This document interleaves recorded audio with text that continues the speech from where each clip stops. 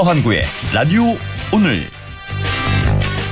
여러분 안녕하십니까, 허환구입니다. 누리호가 오늘은 무사히 날아오를 수 있을까요? 어제 오후 6시 24분 발사 예정이었지만 발사 직전에 문제가 발생해 하루 연기가 됐는데요. 오늘도 잠시 후 약 20분 정도 남았네요. 6시 24분에 다시 발사될 예정입니다. 어제 문제가 됐던 부분이죠. 발사대 헬륨 저장 탱크 밸브의 통신 문제를 점검한 결과 오늘 발사에 문제가 없는 것으로 확인이 됐다는데요. 새벽 5시쯤 반복 시험을 6차례 진행했고 설비가 안정적으로 작동했다고 합니다. 우주로 가는 길이 쉬울 수만은 없겠죠. 1차 발사 실패, 2차 대성공, 그리고 이번 3차 발사는 실용급 위성을 궤도에 올리는 임무를 수행해야 합니다. 그래서 이번 발사가 우리나라가 우주 산업화의 단계로 도약하는 첫 발이라는 평가를 받고 있죠. 오늘은 꼭 성공할 수 있기를 기원합니다. 5월 25일 목요일 라디오 오늘 광고 듣고 시작합니다.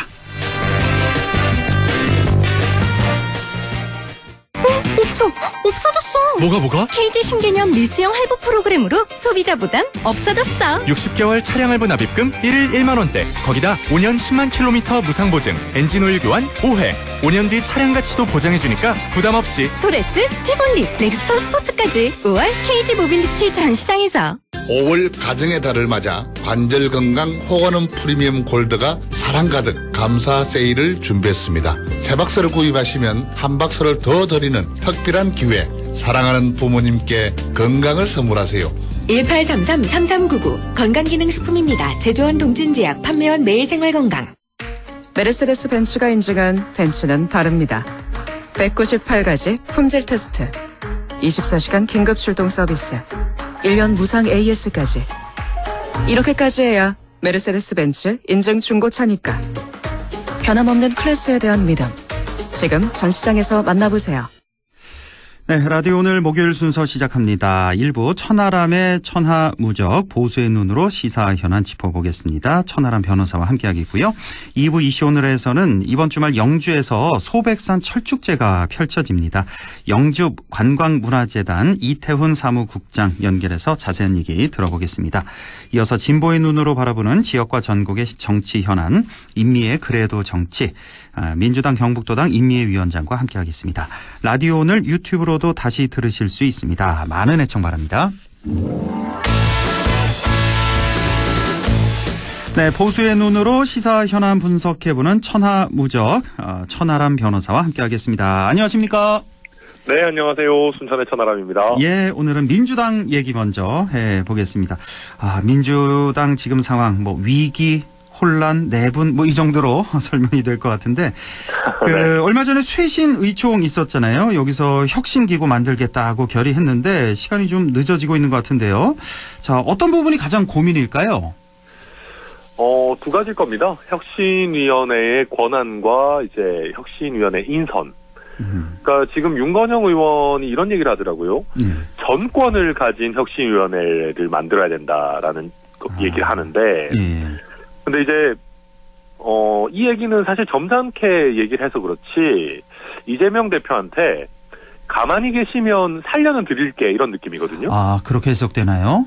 네, 그러니까 전권을 가진 혁신위가 들어온다는 거는 당대표는 그냥 정말 허수아비처럼 앉아만 있으라는 겁니다. 네. 예, 그냥 이제 이재명 대표를 몰아내진 않겠지만 실제 공천 준비나 실제 어떤 전체적인 당의 방향성 설정 이런 거는 혁신위에서 할 테니 조용히 계셔 주시오라는 것인데, 친명계에서는 좀 반대하겠네요. 그러면 이재명 대표 입장에서 이거를 받기가 쉽지 않을 겁니다. 그러면 그렇죠? 이제 본인의 권한과 혁신위의 권한을 어느 정도 나눠서 설정을 해야 될 텐데, 그렇게 하면은 비명계 쪽에서 이거를 이제 예를 들면 혁신위에서 뭘 만들었는데 또 이재명 대표가 그걸 오케이 해야 된다고 생각하면은 이게 무슨 의미가 있냐.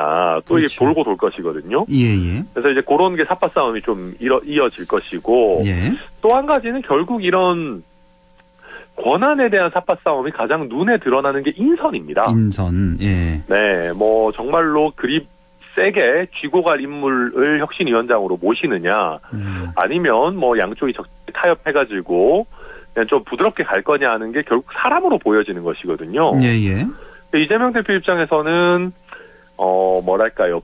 본인을 대체하거나 비대위원장 느낌이 나는 현역 정치인은 가능하면 안 하고 싶을 것이고, 약간 민주당의 원로나 뭐 시민사회 계통의 뭐 원로 이런 분을 모시고 싶을 텐데, 또 비명계 입장에서는 당내에 좀 더 그립을 세게 쥐고 갈 수 있는 뭐 정세균이나 김부겸이나 이런 분들을 하고 싶을 수 있는 것이거든요. 그래서 이 인선을 보면은 대충 이게 어떤 식으로 갈겠구나라고 방향이 잡힐 텐데, 근데 거기까지 가는 게 민주당 입장에서는 굉장히 험난할 겁니다. 그렇군요. 지금 거론되는 인물 뭐 정세균, 김부겸 이 정도인가 보네요. 뭐 이낙연 전 총리도 이제 다시 들어온다고 하는데 6월에 들어온다 그러죠. 네, 이낙연 총리 같은 경우는 민주당 내에서 좀 비토 정서가 세가지고요.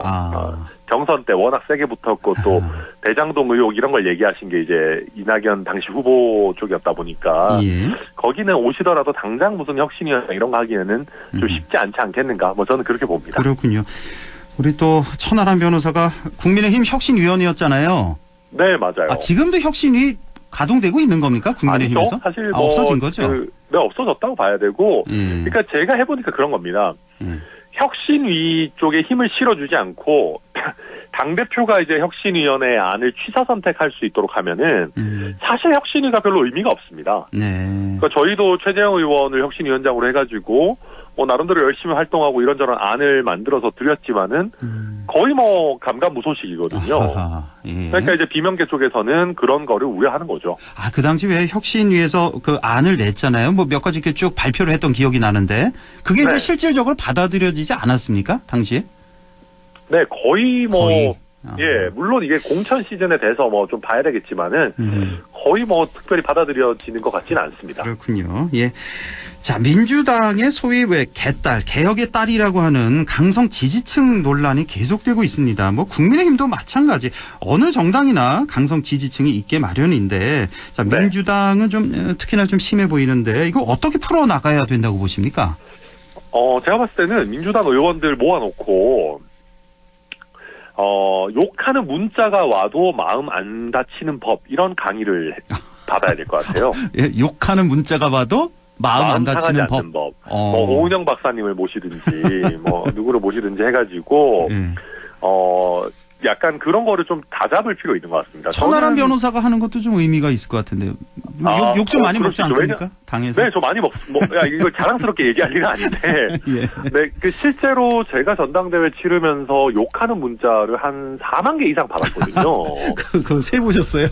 네. 저희가 그거를 욕 칭찬부터 욕까지를 6단계로 분류를 해가지고 거기에 맞춰가지고 답장을 보냈습니다. 아주 세게 욕하시는 분한테는 뭐 좀 더 정중하게 보내고 그걸 분류해서 답장을 보냈었는데 그러니까 이제 그런 겁니다. 각 당의 강성 지지층은 어디나 있을 수밖에 없습니다. 우리가 하다못해 학교에서 동아리 같은 거를 해도 그 동아리에 대해서 가지는 그 감정이라는 게 사람마다 편차가 있지 않습니까? 그렇습니다. 네, 그러다 보면 이 강성 지지층을 탓할 것은 아니에요. 그러면 강성 지지층이 어떤 뭔가 이렇게 문자 폭탄을 보내고 홈페이지에 도배를 하고 이런 걸 하더라도 거기서 조금 의연할 필요가 있다. 소속 의원들이. 그리고 다만 이제 이게 어떤 물리적인 그 현장에서의 어떤 욕설이나 폭력이나 이런 단계까지 오면 그건 범죄겠지만은 물론 뭐 문자 많이 보내고 이것도 범죄일 수는 있는데 어찌됐든 간에 저희도 보면 항상 뭐 정광훈 목사 세력을 비롯해서 뭐 극단적인 유튜브 보시는 분들 늘 계시는데 그분들한테 끌려가지 않으면 되는 거거든요. 그래서 민주당이 왜 거기에 자꾸 좀 어떻게 보면은 당이 좀 왔다 갔다 하고 거기에 영향을 많이 받는 것처럼 비춰지는지 저는 그거는 조금 이해하기가 어렵습니다. 마음 상하지 말아야 된다. 의연해야 된다. 천하람 변호사를 강사로 초빙해야 된다. 아니 뭐 그렇게까지는 아닙니다만은. 자, 국민의힘은 지금 어떻습니까? 좀 비교적 조용해요. 민주당에 비해서 최근에 뭐 김재원, 태영호 최고위원 징계 후에 지금 김기현 체제 뭐 안정권에 들어갔다 이렇게 봐도 되겠습니까? 우선 저희 지도부를 포함해가지고 많은 구성원들이 좀 쫄아 있습니다. 쫄아 있다. 그러니까 뭐 쫄았다고 표현, 아무튼 좀 그러니까 경각심을 가지고 있어요. 그러니까 쫄았다고 하면 좀 안 좋아 보이는데 좀 좋게 표현하면 경각심을 가지고 있다고 말씀드릴 것이 예. 김재원 최고위원 사실은 본인도 요새 얘기하시지만은 최다 득표로 최고위원이 됐습니다. 예. 그런데 1년 징계를 받으면서 사실 공천도 매우 어려워졌고 공천을 못 받게 되면은 정계 은퇴까지도 고민해야 되는 내지는 무소속 출마까지도 고민할 수밖에 없는 그런 상황이 됐거든요. 예예. 뭐 태영호 의원도 지금 뭐 공천 가능성은 뭐 0은 아닙니다만은 굉장히 어려운 상황에 처하게 됐고 그러다 보니까 당내 많은 구성원들이 입조심해야겠다라는 생각은 가지게 됐어요. 네. 그건 뭐 좋은 일이죠, 어떤 의미에서는. 예. 근데 문제는 저희가 이제 그 혼란은 조금 사고 조용히 해지긴 했는데 반대로 국민의힘의 이번 지도부가 어떤 메시지를 냈는지 기억나는 거를 찾기가 쉽지가 않습니다. 예, 그렇습니다. 예. 그러면 지금 대통령 지지율 뭐 최근에는 그나마 좀 올랐다고 하지만은 아직 50%를 못 넘기고 있는 상황에서 그냥 조용히 잊기 전략으로 총선 승리까지 가져갈 수 있을 것인가. 그거는 조금 고민해야 되는 지점이고 다만 이제는 지도부가 좀 정비가 됐기 때문에 김기현 대표가 뭔가 그래도 메시지를 낼 수 있는 토대는 마련됐다. 조금 더 지켜는 봐야 된다. 그렇게 생각합니다. 예, 존재감을 좀 상징한 거 아니냐. 잊혀지기 전략은 안 된다라는 거고. 사실은 그래요. 저도 뭐 국민의 한 명으로서 지금 대통령도 그렇죠. 여야 모두 기댈 곳이 없다. 좀 그런 생각이 좀 들어서 좀 안타깝습니다. 예. 그렇죠. 서로 상대방이 못하는 거를 잡는 정도 수준이니까요. 정치 실종. 그거는 좀 문제가 있죠. 그렇습니다. 예. 예. 자, 후쿠시마 오염수 시찰단 얘기를 안 할 수가 없는데, 자, 네. 이번 시찰단에 대해서 좀 한 말씀 좀 해주시죠. 어떤 판단을 좀 하고 계신지. 우선 이게 이제 처음에 갈 때는 많은 분들이 그냥 견학 수준인 거 아니냐. 견학 가가지고 괜히 뭔가 어떤 빌미를 주는 거 아니냐 하는 우려들이 있으셨던 것 같습니다. 그래서 저도 사실은 비슷한 우려를 가지고 봤는데, 예. 어찌됐든 시찰단에서 뭐 도쿄전력이 나름대로 잘 협조하고 있다. 그리고 뭐 어떤 여러 가지 설비들에 대해서 꼼꼼하게 나름대로 보고 추가적인 자료 요청도 해놨다. 뭐 이렇게 하고 있어가지고 지금도 보면 시찰 단장이 어떤 결론을 이야기하기보다는 추가적으로 자료까지 오는 걸 보고 뭐 말씀드리겠다라고 하고 있는데 이런 어떤 태도 자체는 저는 뭐 나쁘진 않은 것 같습니다. 뭐 어떤 걱정했던 거에 비해 가지고는. 근데 결국 중요한 거는 일본에서 정말 제대로 된 자료들을 잘 제공하느냐. 그리고 더 나아가가지고는 일본에서 주는 자료 그것만 보고 우리가 뭔가 판단을 내릴 수 있는 거냐. 이거에 대해서는 의구심이 있거든요. 그래서 그렇습니다. 저는 이번에 했으니까 뭔가 뭐 어떤 후쿠시마 농수산물 수입이나 아니면은 뭐 방류 찬성이나 이런 결론을 함부로 내릴 것이 아니고 그냥 이것이 하나의 시작이다. 이렇게 저는 정부 여당도 대하는 게 맞지 않나 그렇게 생각합니다. 이번 시찰단 견학단 수준은 아니다. 이렇게 보시는 거예요? 그거보다는 조금 더 나은 것 같기는 해요. 뭐 이런저런 자료 요청도 하고 나름대로 전문가들이 가가지고 뭐 보는 것 같은데, 근데 이제 문제는 그런 거거든요. 꼼꼼하게 보면 볼수록 또 일본에서도 명분이 생기는 거는 있어요. 예. 네, 그러니까 이게 어느 정도의 선에서 우리가 어떤 그 외교적인 스탠스를 잡을 거냐, 이거는 저희 고민해야 되는 것이고, 지금 보면 진영이나 지역이나 이런 것과 상관없이 후쿠시마 농수산물, 그다음에 오염수 방류 이런 거에 대해서는 굉장히 걱정이 크시거든요. 그렇습니다. 그렇기 때문에 저는 요새 좀 보면서 걱정인 게, 여당에서 뭐 예를 들면 1리터 마셔도 된다 이런 사람 그런 교수님 불러가지고 뭐를 한다든지, 뭐 오염수를 처리수로 부른다라든지 이런 것들이 국민들로 하여금 뭔가 방향을 정해놓고 가는 거 아니냐 이런 의구심을 드릴 수가 있어요. 그거는 굉장히 위험하다. 오히려 저는 국민의힘이 취해야 되는 바람직한 자세는, 국민의힘은 어떤 이런 원자력, 뭐 방사선 이런 것과 관련한 전문가 집단은 아니기 때문에 우리는 이 어떤 과학적인 검증이 될 때까지는 최대한 국민의 신체와 뭐 안전을 위해 가지고 가장 보수적인 입장으로 우리는 가겠다. 정도의 원칙만 천명하면 되는 거지. 무슨 뭐 처리순위 1리터니 이런 얘기를 저는 할 필요는 없다고 생각합니다. 그러니까 그건 상당히 좀 부적절했던 것 같고 사실 이 견학단이나 시찰단이나 얘기가 나온 게 실제로 가서 뭐 K4 탱크인가요? 그 저장 용기. 뭐 그거 좀 보고 오고 뭐 밸브는 잘 작동되는지 뭐 이런 거 보고 오고 네. 카메라를 피해 다니고 명단도 공개 안 하고 이런 게 모든 걸 다 대변하는 거 아닐까라는 그런 생각도 좀 들고요. 네, 그리고 뭐 물론 이제 그 외부만 보는 것은 아니고 이제 희석을 위한 어떤 뭐 파이프 뭐 어떤 희석이 되는 농도 뭐 어떤 식으로 하는지 뭐 이런 거에 대해서 자료도 요청을 하고 했다고 하는데 그러니까 이런 것들을 이제 정말로 정치적인 내지는 외교적인 고려 없이 전문가적인 식견으로 독립적으로 판단할 수 있도록 해줘야 되는 것이거든요. 그래서 그리고 그런 신뢰를 국민들께 드려야 되는 것이고 그런데 저는 정부 여당에서 너무 뭔가 이렇게 앞서가는 느낌을 드리는 거는 아무튼 그렇죠. 그런 의미에서도 적절하지 않다 생각합니다. 자, 이 오염수 방류 이게 적절한가? 우리 국민들은 어떻게 생각할까? 환경운동연합에서 지난 19일부터 22일까지 리서치뷰에 의뢰해서 조사를 해봤는데 국민들 오염수 방류 반대가 85.4%가 나왔거든요. 예, 이것도 좀 네. 정부가 좀 잘 새겨봐야 될 부분인 것 같고 우리가 방류 얘기가 나올 때부터 걱정하던 게 후쿠시마 수산물 수입 재개하는 거 아니냐라는 걱정을 사실 많이 했는데 네. 이게 우려가 현실로 지금 나오고 있습니다. 지금 시찰단에게 이거 수산물 수입을 재개하라고 요구를 했다면서요. 이거 어떻게 해야 지금 됩니까? 이제 일본 쪽에서는 요구를 했고 다만 뭐 박진 외교부 장관과 정부 당국자들은 국민들의 우려가 뭐 정말 해소되지 않는 한은 안 하겠다라는 입장이기 때문에 뭐 우리 입장이 당장 바뀌거나 그런 것은 아닙니다. 다만 이제 국민들께서 대만 같은 경우가 제가 알기로는 이 수입을 재개했습니다.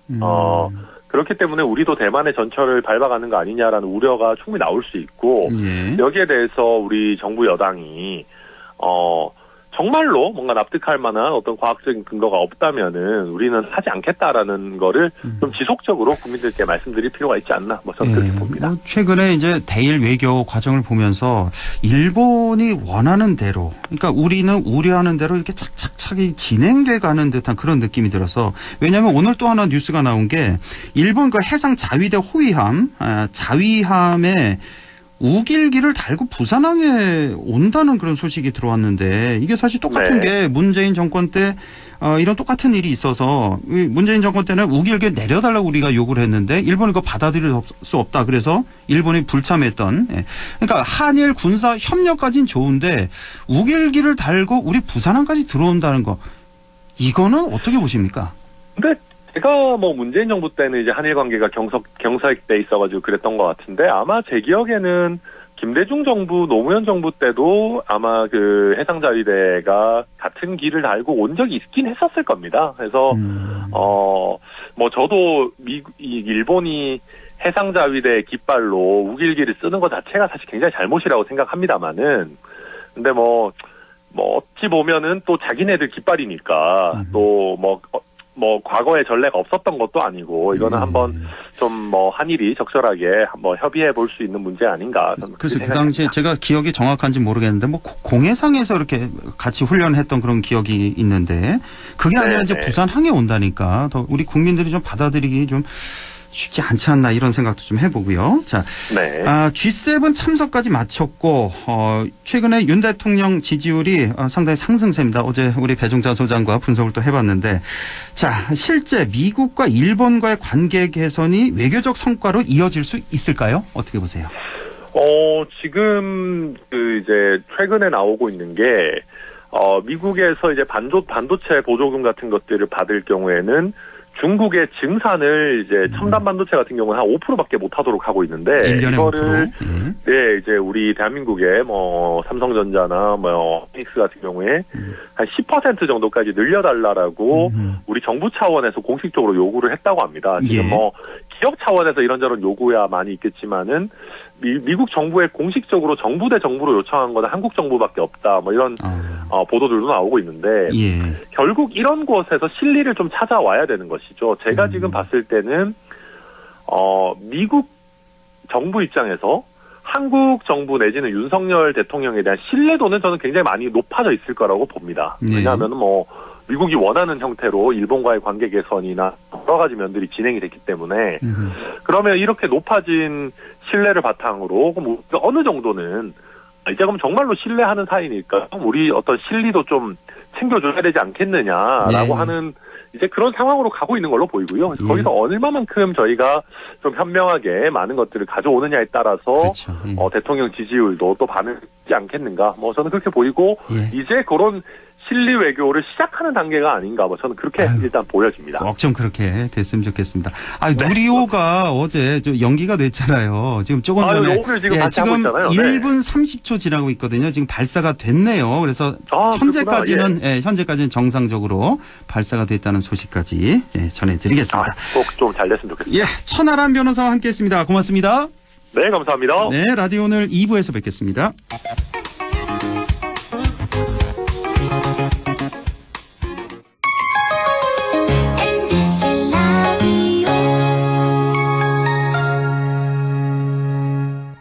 가구 살 땐 꼭 한번 가보자. 안동 명품 가구 백화점. 흑표 흑침대, 양성국 갤러리, 금성침대, 한국 가죽 소파, 장수돌 침대. 다양한 브랜드 가구를 한 곳에서 쇼핑할 수 있는 대형 가구 전시장. 안동 명품 가구 백화점. 네 얼굴 와 글로? 야근한다고 티다. 네 월급은 와 글로? 최저임금은 안 오르지. 물가는 오르지. 내가 진짜 빡세 죽겠다. 물가는 내리고 최저임금은 올리고 민주노총 경북지역본부가 앞장서겠습니다. 1577-2260. 안동과학대학교에서는 6월 12일까지 지역산업연계 바이오 백신 인력 양성 과정 교육생을 모집합니다. 신청 자격은 만 18세부터 만 39세 이하의 경력단절 또는 미취업자로 안동시에 거주 중이거나 안동시 교육기관 졸업생 또는 졸업 예정자라면 누구나 지원 가능하며 교육비는 전액 무료입니다. 교육생들에게는 월 100만 원의 교육지원금을 지원합니다. 자세한 사항은 안동과학대학교 홈페이지를 참조하시거나 전화 054-851-3539번으로 문의 바랍니다. 여러분의 많은 지원 바랍니다. 미래에셋증권은 생각했어요. 해외 투자라고 큰돈 들지 않았으면. 그래서 실시간 미국 주식 소수점 매매. 밤잠 설치는 사람 없었으면. 데이마켓. 호가창도 다 보였으면. 나스닥 토탈뷰. 국내 주식처럼 편해진 해외 투자. 미래에셋증권에서 확인해보세요. 원금 손실에 유의하시고 투자전 상품 설명서 및 여건을 꼭 읽어보세요. 100.1 MBC 라디오. 네, 6시 27분 55초 지나고 있네요. 라디오 오늘 2부 이슈 오늘 시작합니다. 영주 소백산 비로봉, 국망봉 정상에는 연분홍 철쭉이 활짝 피었다고 합니다. 이미 지난주부터 개화하기 시작했다는데요. 오는 주말에는 영주 소백산 철쭉제도 열립니다. 영주문화관광재단의 이태훈 사무국장을 연결해서 자세한 얘기 들어보겠습니다. 이태훈 사무국장님 안녕하십니까? 네, 안녕하십니까. 예, 반갑습니다. 이번 주말과 휴일 소백산 철쭉제가 열리는데요. 네. 지금 어떻습니까? 철쭉 많이 피었습니까? 현재? 제가 저번 주에 금요일 날 산에 올라가서 한번 확인을 했는데요. 예. 한 8분홍선까지 저번 주까지 이제 핀 걸 확인했고, 아마 저희가 내일 모레 행사할 때는 아마 만개할 것으로 보입니다. 아이고, 그렇군요. 철쭉제 시기를 아주 기가 막히게 잘 맞추셨네요. 올해. 예. 예. 자, 올해, 원래 소백산에 자생하는 철쭉이 철쭉류 가운데도 왕이라 불리는 꽃으로 다른 곳의 철쭉과는 좀 다르다면서요? 영주 소백산은 5월이면은 연화봉, 또 비로봉, 국망봉에서 이렇게 이어지는 산마루 등산에 피는 철쭉꽃이 굉장히 장관인데요. 예. 철쭉꽃이 이렇게 물이 지어서 이렇게 지천으로 펴야 좀 제맛인데, 영주 소백산 등산이 철쭉꽃 감상회가 제일 좋은 곳이라 아마 그렇게 말씀들을 하시고, 또 소백산의 철쭉꽃은 또 그 꽃이 좀 이렇게 크고 좀 이렇게 탐스럽게 피는 것이 아마 그 관광객들이라든가 등산객들이 많이 좀 좋아하는 것 같습니다. 그래서 철쭉제가 열리는 5월이면은 그 중령 정상회라든가 연화봉을 오르는 산행객들로 이제 가득 차곤 합니다. 아, 그렇군요. 올해도 역시 그런 장관이 연출될 것 같은데요. 영주 소백산 철쭉제 자세히 소개를 좀 해주시죠. 시민과 함께하는 이 영주 소백산 철쭉제는 그 분홍빛 철쭉이 가득 피어나는 어떤 그런 싱그러운 계절에 이 철쭉의 꽃말, 그 사랑의 즐거움처럼 사랑하는 가족들이라든가 연인, 또 친구와 또 그 서천으로 좀 이렇게 나와서 열기구라든가 뭐 문보트, 클라이밍, 어드벤처, 뭐 체험, 또 연예인 축하 공연도 이렇게 다양하게 이렇게 저희가 또 이 설렘 가득한 체험을 좀 많이 좀 준비했는데요. 예. 오셔서 아마 사랑의 기쁨을 만끽할 수 있는 축제로 저희가 많은 준비를 했습니다. 그렇군요. 철쭉의 꽃말이 사랑의 즐거움이군요. 예. 소백산 철쭉제가 저희가 뭐 소백산 얘기 자꾸 해서 그러는데 소백산에서 열리는 게 아니라 서천 둔치에서 열리는 거죠, 장소가. 예. 예. 그렇게요. 예. 자, 올해 축제는 예년과 다른 점이 많아졌다고 들었는데요. 올해 축제 가장 주안점을 둔 부분은 어떤 부분입니까? 저희가 그 매년 그 새로운 컨셉과 프로그램을 이렇게 시도하려고 도전을 많이 하고 있는데요. 올해 좀 달라진 점이라고 하면은 그 앞에서도 말씀드렸지만 그 시민이 참여할 수 있는 체험 프로그램을 좀 많이 좀 준비했고 또 무엇보다 이번에는 그 경북문화관광공사와 함께 그 텐텐 영주 여행 이벤트를 진행하고 있습니다. 텐텐 영주 여행 이벤트요?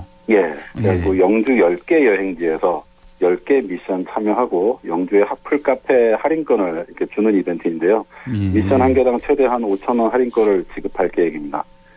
기간은 5월 27일서부터 5월 31일까지 매일 10개 여행지에서 이제 미션을 할 수 있고요.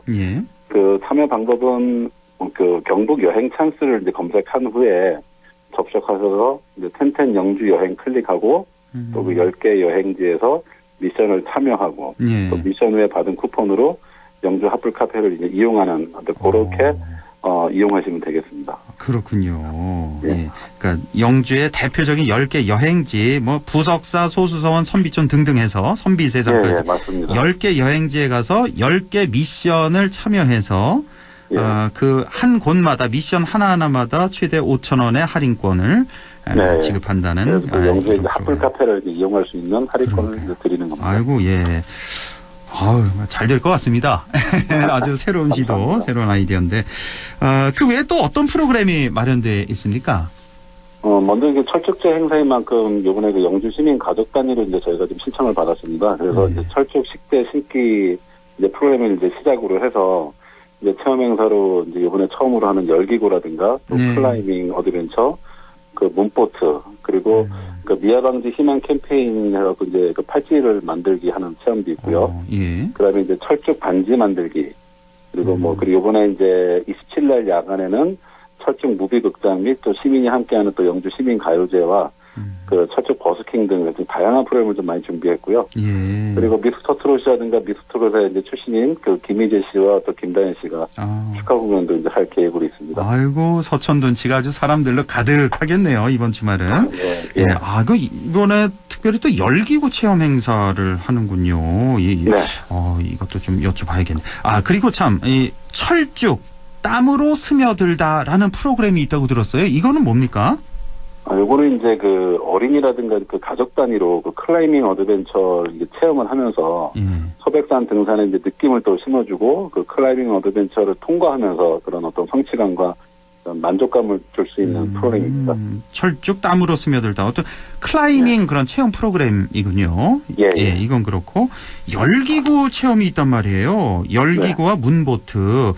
글쎄 왜 열기구 좀 위험하진 않을까요? 어떻습니까?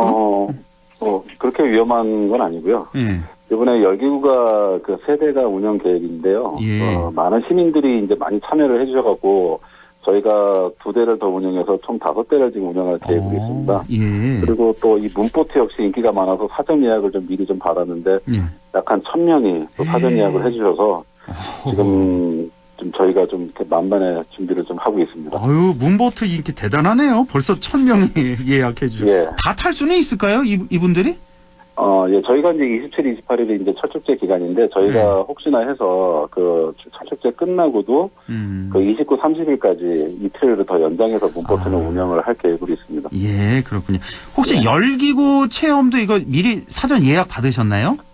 예, 사전 예약을 받았고요. 혹시나 못하신 분들을 위해서 저희가 이제 2대를 좀 이제 여유로 좀 저희가 좀 운영을 할 계획으로 있고요. 예, 그래가지고 만약 현장에서 좀 체험을 하고 싶다 하시는 분들은 저희가 이렇게 많이 기다리지 않고 이렇게 체험을 할 수 있게끔 저희가 운영을 하도록 하겠습니다. 그렇군요. 이 열기구 타고 어느 정도나 올라가는 겁니까? 상공으로?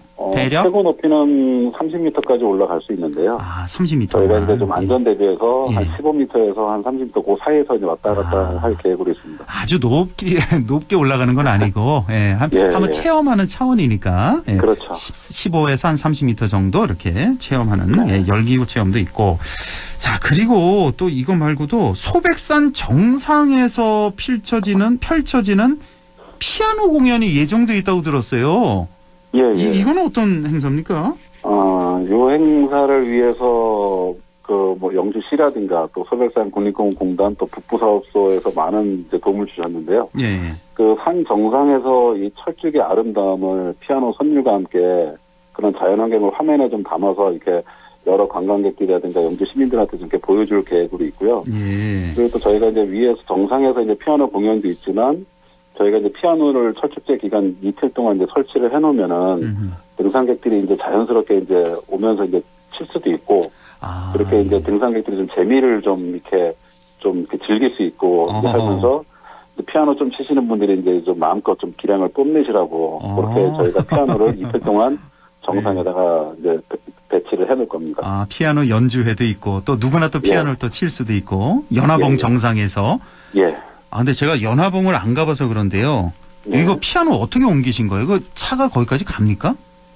그 밑에까지 차로 이제 저희가 운반을 한 후에 그 정상까지는 저희가 이제 또 들어서 들고 올라가요. 아유, 참 고생하셨네요. 자, 영주 소백산 철쭉제 즐기려면 언제 어디로 가면 되는지 또 교통편도 함께 좀 소개를 해주시죠. 저희 그 영주 소백산 철쭉제는 5월 27일, 28일 토요일 일요일 양일간 이제 그 영주 서천 생활체육공원에서 열리고요. 그리고 그 자차를 이용하시는 분들은 영주 서천 생활체육공원을 이제 찍고 오시면 되고요. 그리고 영주역이라든가 고속터미널 등으로 이렇게 그 대중교통을 이용하시는 분들은 행사장까지 오는 버스가 이제 3번, 8번 이렇게 버스들이 있습니다. 그래가지고 그 행사장 주변에 그 법원에서 하차하셔갖고 행사장까지 이제 이동을 하시면은 손쉽게 저희 행사장으로 이제 오실 수가 있습니다. 그렇군요. 자, 이번 주말 열리는 영주 소백산 철쭉제. 글쎄요, 지금 비 소식이 살짝 있긴 한데요. 또 가봐야 아는 거니까요. 비가 안 오기를 좀 안 올 것 같습니다. 안 올 겁니다. 자, 이제 많은 분들 즐기고 오시길 바랍니다. 자, 영주 문화관광재단 이태훈 사무국장과 함께했습니다. 사무국장님 고맙습니다. 감사합니다. 라디오 오늘에서는 청취자 여러분의 참여를 기다리고 있습니다. 우리 지역에서 발생한 사건 사고 소식이나 함께 토론하고 싶은 내용을 안동 MBC 홈페이지 라디오 오늘 게시판에 올려주시기 바랍니다. 전화와 문자 참여도 하실 수 있습니다. 전화는 851국에 7191번, 문자는 샵 0913번으로 보내주시면 됩니다. 문자는 단문 50원, 장문 100원의 정보 이용료가 있습니다. 여러분의 많은 참여 바랍니다.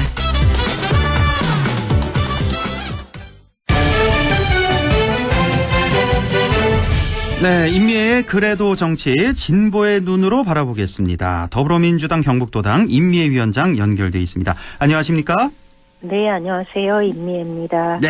후쿠시마 시찰단이 그 일정을 다 마친 건 아니고 그렇죠? 원래 23, 24 그 시찰을 마친 걸로 지금 나타나고 있는데요. 사실 상당히 우려가 많았습니다. 우리 국민들 모두. 그렇죠. 견학단이냐 시찰단이냐. 조금 전에 천하람 변호사는 가기 전보다는 그래도 견학단보다는 수위가 좀 높았다. 이렇게 좀 평가를 하던데 우리 임미애 위원장 전체적으로 어떻게 평가하십니까? 천하람 위원의 평가는 저는 그렇게 썩 적절한 평가는 아니라고 생각을 하고요. 전체적으로 보면은 깜깜이 시찰에 날림 시찰에 아주 매우 부실한 시찰이었다 이렇게 말씀드릴 수 있을 것 같습니다. 일단 시찰단의 명단도 공개되지 않았고 시찰 과정도 비공개였고 언론의 동행도 금지되었고 거기다가 단 이틀 동안 현장 검증을 하는데 검증 장비 없이 그냥 눈으로 둘러봤다는 거 아닙니까? 그러니 이게 제대로 된 시찰이었다라고 말할 수는 없고요. 거기다가 국내외 전문가가 제기한 검증 사항에 대해서는 전부 다 이렇게 불충족한 상태로 어떤 것도 제대로 이루어지지 않았는데 이걸 가지고 그래도 생각보다 좀 나았다라고 얘기할 만한 근거가 있을까라는 생각이 듭니다. 전체적으로 방류에 대한 면죄부를 주는 그 수순을 밟고 있는 거 아닌가라는 우려를 할 수밖에 없는 시찰이었다 이렇게 평가하고 있습니다. 예, 많은 분들이 공감을 하실 것 같은데 사실 이 시찰도 시찰이지만 후쿠시마산 수산물 수입 금지 조치 이거 풀라고 요구하는 거 아니냐 사실 그런 걱정이 많이 있었잖아요. 근데 이번에 요구를 했죠. 일본에서 이거 수입 재개하라고. 맞습니다. 이거 참 우려대로 됐네요. 예, 이게 그냥 왜 너희 너무 앞서가냐 이런 얘기들 일부 보수 언론에선 하는데 그게 아니고 실제로 이게 눈에 보이는 수순이었거든요. 그리고 일단 방류하기 위해서 1030m 해저턴을 완공했다는 거 아닙니까? 그래서 2051년까지 30년간 방출하겠다는 계획인데 일본에서도 이걸 반대 여론이 굉장히 높고요. 당연하겠죠. 예. 거기다가 일본의 농림수산상이 이번 시찰은 조사가 중심이지만 수입 제한 해제에 대해서도 부탁한다라고 공식적으로 이야기를 했거든요. 근데 저는 이 문제에 대해서 한국 언론에 대한 지적을 안 할 수가 없습니다. 언론? 21년 4월 14일 조선일보에는요. 삼중수소는 반감기가 12.3년이기 때문에 30년간 방류할 게 아니라 그냥 보관하면 80% 이상 사라진다. 그러니 방류를 결정하지 말고 보관하고 있어라. 이렇게 얘기를 했고 당시 국민의힘도 규탄 결의문을 채택했거든요. 그런데 이제 와서는 입장이 매우 바뀐 거잖아요. 그래서 이런 거는 언론이 중심을 잡고 국민들한테 제대로 된 정보를 제공해 주어야 되는데 정권에 따라 입맛에 맞게 움직이는 이 언론이라는 거를 이런 식으로 나가면 국민들이 언론에 대한 신뢰감을 가질 수가 없는 상황 아니겠습니까? 그렇습니다. 그래서 이거는 도저히 저희가 현 정부에 발맞춰서 보이는 언론의 행보에 대해서 저는 이건 꼭 좀 지적을 하고 싶습니다. 자, 그리고 오늘 들어온 뉴스인데 이 해상 자위대 호위함에 우길기를 달고 부산항에 온대요. 군사훈련위에서 우길기를 달고 그것도 우리나라 부산항에. 근데 이거 지난번에도 한번 이런 일이 있었어요. 있었죠. 예. 네네.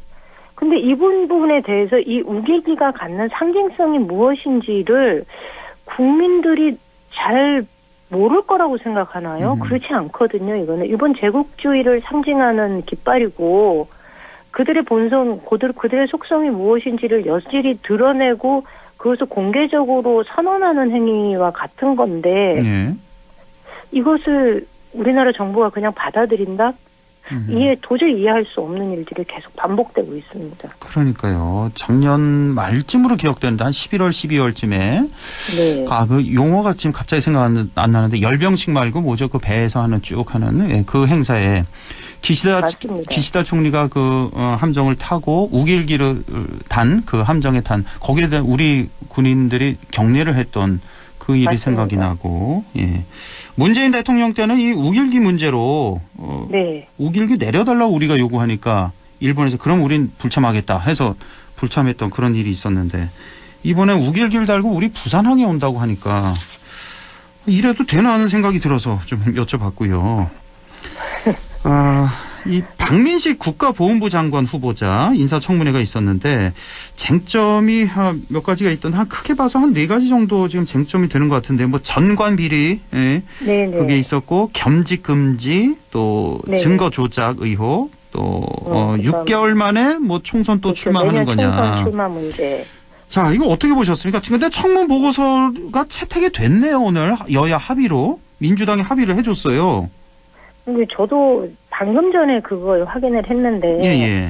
어제 그 김한교 의원이 이 얘기를 했었거든요. 내년 총선 불출마에 대한 입장을 정확하게 밝히면, 보고서 채택하겠다라고 얘기를 했는데. 그리고 아마 민주당 입장에서는 좀 부담스러웠던 것 같습니다. 계속 이 지금 정부 들어서서 장관에 대한 그 청문 보고서 채택이 제대로 이루어진 적이 없으니까 그런 조치를 취했는지는 모르겠으나 제 개인적으로 이건 굉장히 아쉽습니다. 아하. 특히 그 국회의원 당선된 이후에 그러니까 법무법인을 개업을 했고 그로 인해서 이름 올려놓고 사건 수임을 했었다는 거 아닙니까? 돈을 받았든 안 받았든 간에 이거는 본인의 경력을 국회의원 경력 이외에도 지속적으로 가지고 가겠다는 것을 의미하는 거거든요. 그리고 그거는 지금 우리가 생각했을 때 이게 만약 민주당 내에서 이 벌어진 일이었다면 이게 그냥 넘어갈 만한 일이었을까요? 그러니까요. 거기다가 총선 출마하겠느냐는 질문에 대해서도 정확하게 답변하지 않았어요. 청문회 때 했던 말은 보훈부가 제대로 정착할 수 있도록 열과성을 다해 최선 다하겠다. 이런 그 상투적인 얘기로 답변을 했고, 기자들이 집요하게 질문을 했을 때, 안 한다는 얘기는 하지 않았거든요. 그러면 거의 한다는 거 아닙니까? 90% 이상은? 그렇죠.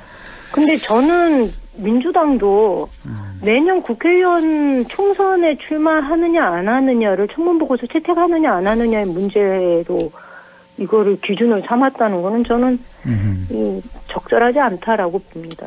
그렇군요. 제가 설명해드렸던 위에 한 3가지 정도 큰 비리 의혹이 있는데 그럼에도 불구하고 일단은 좀 부담이 있어서 너무 반대만 하는 거 아니냐에 대한 그런 부담으로 채택한 거 아니냐 이렇게 설명을 해주신 거고. 자, 지난주에 경북도당 윤리심판원에서 민주당 의원에 대한 악성 문자를 보낸 당원을 제명하는 징계가 내려졌습니다. 알고 보니까 당원도 아니라면서요? 맞나요? 아니요. 당원 맞죠? 당원이고.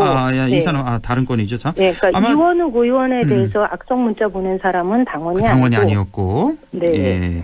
저희 경북 그 소속의 당원한테는 징계 조치가 내려졌는데요. 근데 저는 이게 징계가 내려지고 난 다음에, 이번 주, 월, 화, 수 3일 동안 전화를 굉장히 많이 받았어요. 이게 처음 있는 일이었다 그러더라고요. 그렇습니까? 네, 그래서 근데 징계 청원자가, 전해숙 의원이 아니고, 그러니까 전해숙 의원한테 우리 경북의 당원이 이제 악성 문자를 보낸 거죠. 성적인 모욕감을 느낄 정도의 내용, 인신공격성 발언이 담긴 문자를 보냈는데, 이거를 이제 중앙당에 신고를 했고, 그래서 징계 청원을 한 사람이 중앙당의 사무부총장이었어요. 사무부총장이 저희 경북도당으로 징계 청원을 했고, 그래서 저희가 그 당사자하고 지속적으로 연락을 취하고 했는데 이분의 소명 절차가 전혀 없었고요. 그러면서 저희는 이게 정책에 대한 비판이었다면 저희가 이걸 받아들이지만 그게 아니고 인신공격성의 그 모욕적인 문자가 반복되어서 벌어지는 일이라면 이건 당연히 징계가 내려져야 된다고 판단을 했고 그래서 제명이라고 하는 가장 큰 중징계를 내렸는데요. 이게 앞으로도 이게 전국에서 처음 있었던 일이라고 얘기를 하니까 저는 이후에 다른 지역에서도 이런 사례가 있다면 아마 중징계로 처리가 되지 않을까 이렇게 생각합니다. 강성 지지층에 대한 논란이 여야를 막론하고 지금 문제가 되고 있는데 이 문제 어떻게 풀어 나가야 된다고 생각하십니까? 이게 그때 이제 시초로 따지면 노사모, 박사모 이렇게 시작했다 그러는데 저는 이거는 정치 역사상 경험해보지 못한 문화가 충돌하는 중이라고 보고 있거든요. 그러니까 이게 SNS가 이제 광범위하게 보급이 되면서 이게 이 지지자들이 익명성이 보장되는 SNS상에서 자신의 목소리를 적극적으로 드러내기 시작한 거잖아요. 그렇죠. 그런 중에 이 새롭게 규범이 만들어져야 할 시기가 아닌가 이렇게 보고 있습니다. 그래서 뭐 어떤 분들은 이재명 대표 보고 개딸들과 절연을 해라라고 얘기를 하는데 이게 절연이라는 행위를 구체적으로 한들 그러면 이분들의 어떤 그 도를 넘는 행위가 없어질 것이냐 그렇진 않거든요. 네. 저는 저희의 경우도 정치를 하다 보니 이런 분들과 만날 기회가 있는데 예. 실제로 많은 경우에 이분들은 만나서 이야기를 하면 그들이 하고 싶은 말이 있는 거예요. 그래서 들어주고 뭐 소통하고 이야기를 설득하고 이러는 과정을 겪다 보면 그 수위가 많이 줄어들거든요. 그렇죠. 그러니까 물론 정책에 대한 얘기일 때는 이런 건강한 토론이 가능한데 그렇지 않고 묻지마식의 인신공격성 발언에 대해서는 저희가 이거는 좀 단호하게 조치를 취하고 선을 긋는 그 과정이 있어야 된다 이렇게 생각을 합니다. 그래서 저는 강성 지지자의 문제는 하루 이틀 된 문제가 아니고 이거는 절연한다, 뭐 선을 긋는다 이렇게 해서 해결된 문제는 아니라고 봅니다. 오히려 정치인이 이 문제에 대해서 단호한 자신의 입장을 세우고 이 중심을 잡아나가는 것이 제일 필요한 일이다 이렇게 보고 있습니다. 알겠습니다. 자, G7 참석차 일본을 방문한 윤 대통령의 지지율이 상승세를 보이고 있는데요. 자, 이 네. 민주당 차원에서는 네. 윤 대통령의 외교 행보에 대해서 어떻게 평가하고 계십니까? 그러니까 요즘 올라가고 지지가 올라가는 이유가 외교를 잘했다는 거잖아요. 예. 한국, 미국, 일본과의 관계가 굉장히 그 화해 분위기로 들어간 것에 대해서 공조 체제가 공고화된 것에 대해서 이 국민들이 갖는 안도감 때문에 지지가 올라가고 있는데 예. 실제로 가장 못하고 있다고 얘기하는 것도 외교거든요. 그것도 외교예요. 예. 네, 맞습니다. 그러니까 이거는 국민들이 외교에 대해서 갖는 불안감이 그만큼 크다는 것을 저는 대통령이 잊지 말아야 된다 이렇게 봅니다. 그러니까 외교의 목적은 결국 한반도의 평화 그리고 더 나은 경제 환경을 만드는 것인데 그런 면에서 지금 경제는 매우 어렵고 미국과 하고 일본하고 가까워지려고 애쓰느라고 중국하고 러시아라는 큰 시장을 지금 우리가 잃어버렸지 않습니까? 작년에 중국의 핸드폰을 한 대도 못 팔았다는 얘기가 나오고 있지 않습니까? 예, 그래서 그로 인한 피해는 실질적으로 국민들이 지금 몸으로 겪고 있는 거거든요. 예. 이 문제를 국민들이 이 피해를 고스란히 겪고 있다는 것을 현 정부가 잊으면 안 된다. 그리고 뭐 그렇게 퍼주는데 미국하고 사이가 나빠질 게 있겠습니까? 그리고 일본하고 사이가 틀어질 이유가 있겠습니까? 그렇게 다 갖다 퍼주고 다 양보하는데 예. 결코 잘한다라고 말하기에는 우리가 자존심을 너무 많이 내려놓고 외교를 하고 있으니까 예. 그것에 대해서 그렇게 자화자찬하는 거는 좀 민망한 일이죠. 예. 한 1분 정도 남아서요. 네. 야간 집회를 금지하겠다. 심야 집회. 그러니까 새벽 12시부터 6시까지. 그리고 불법 전력이 있는 단체 집회도 제한을 하겠다. 필요에 따라 금지를 하겠다. 이거 집회 결사의 자유 침해하는 거 아니냐 이런 비판이 좀 많이 있네요. 어떻게 보십니까? 그렇죠. 집회 결사의 자유는 헌법에 보장된 기본권이거든요. 네. 그리고 법치로 나라를 다스리겠다고 하는 또 검사 출신의 대통령 또 법무부 장관이 이 법을 자기네들 편한 방식으로만 이용을 한다는 생각을 합니다. 이거는 대법원의 판례에서도 이 생존권의 문제, 그러니까 집회 결사의 자유는 뭐 이번에 민노총의 그 집회 과정에서 여러 가지 불미스러운 일들이 있어서 이 얘기가 거듭되고 있는 것 같은데 이번에 1박 2일 집회에서 예.